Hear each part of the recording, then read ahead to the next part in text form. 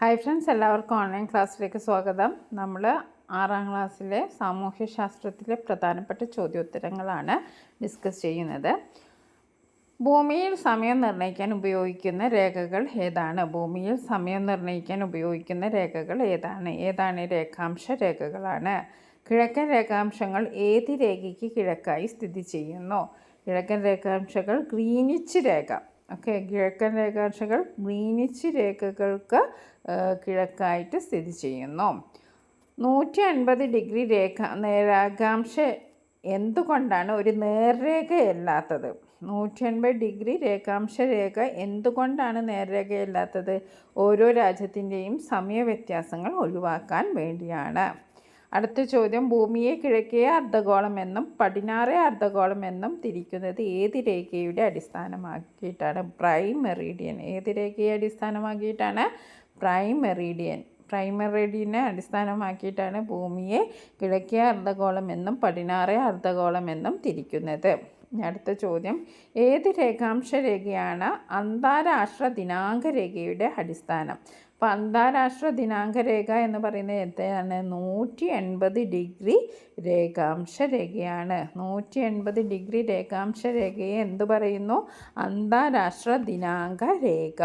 ഇനി അടുത്ത ചോദ്യം, പ്രൈം മെറിഡിയൻ്റെ മറ്റൊരു പേരെന്ത്? എന്താണ്? ഗ്രീനിച്ച് രേഖ. എന്തുകൊണ്ടാണ്? ലണ്ടനിലെ ഗ്രീനിച്ച് എന്ന സ്ഥലത്ത് കൂടെയാണ് കടന്നു പോകുന്നത്, അതുകൊണ്ടാണ് ഗ്രീനിച്ച് രേഖ എന്ന് പറയുന്നത്. പ്രൈം മെറിഡിയൻ എന്നറിയപ്പെടുന്ന രേഖാംശ രേഖയുടെ അളവ് എത്രയാണ്? പ്രൈം മെറിഡിയൻ എന്നറിയപ്പെടുന്ന രേഖാംശ രേഖയുടെ അളവ് എത്രയാണ്? 0 ഡിഗ്രിയാണ്. 0 ഡിഗ്രി. പ്രൈം മെറിഡിയൻ കടന്നു പോകുന്ന ലണ്ടനിലെ സ്ഥലത്തിൻ്റെ പേര് ഗ്രീനിച്ച് എന്നാണ്. ലണ്ടനിലെ ഗ്രീനിച്ച് എന്ന സ്ഥലത്തു കൂടിയാണ് പ്രൈം മെറിഡിയൻ കടന്നു പോകുന്നത്. 0 ഡിഗ്രി രേഖാംശ രേഖയ്ക്ക് നേരെ എതിർവശത്തുള്ള രേഖയാണ് 180 ഡിഗ്രി രേഖാംശ രേഖ. എന്താണ്? 180 ഡിഗ്രി രേഖാംശ രേഖ. ഭൂമിയെ കിഴക്കേ അർദ്ധഗോളം എന്നും പടിഞ്ഞാറേ അർദ്ധഗോളം എന്നും രണ്ടായി തിരിക്കുന്ന രേഖ ഏതാണ്? പ്രൈം മെറിഡിയനാണ് ഭൂമിയെ അർദ്ധഗോളമായിട്ട് തിരിക്കുന്നത്. 2 അർദ്ധഗോളമാക്കുന്നു, പടിഞ്ഞാറേ അർദ്ധഗോളവും അതേപോലെ തന്നെ കിഴക്കേ അർദ്ധഗോളവും. ഇനി അടുത്തത്, അന്താരാഷ്ട്ര ദിനാങ്ക രേഖ ഏത് രേഖയെ അടിസ്ഥാനമാക്കിയിട്ടാണ് വരച്ചിരിക്കുന്നത്? 180 ഡിഗ്രി രേഖാംശ രേഖ. ഇനി അടുത്തത്, അക്ഷാംശ രേഖാംശ രേഖയുടെ ജാലികയുടെ പേരെന്ത്? എന്താണ്? ഗ്രാറ്റിക്യൂൾ. അക്ഷാംശ രേഖാംശ രേഖകളുടെ ജാലികയുടെ പേരെന്താണ്? ഗ്രാറ്റിക്യൂൾ.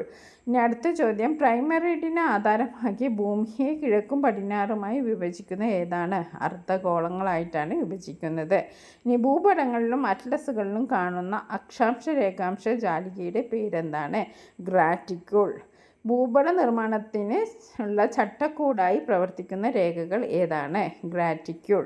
ഭൂമിയിലെ ഒരു സ്ഥലത്തിൻ്റെ കൃത്യമായ സ്ഥാനം നിർണ്ണയിക്കാൻ സഹായിക്കുന്നത് എന്താണ്? അക്ഷാംശ രേഖാംശ രേഖകൾ.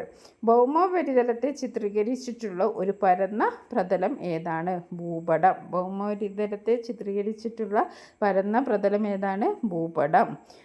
ഗ്ലോബിനെ പരന്ന പ്രതലമായി മാറ്റുമ്പോൾ വികലമായി പോകുന്നത് ഏതാണ്? ധ്രുവപ്രദേശങ്ങളാണ് വികലമായിട്ട് പോകുന്നത്.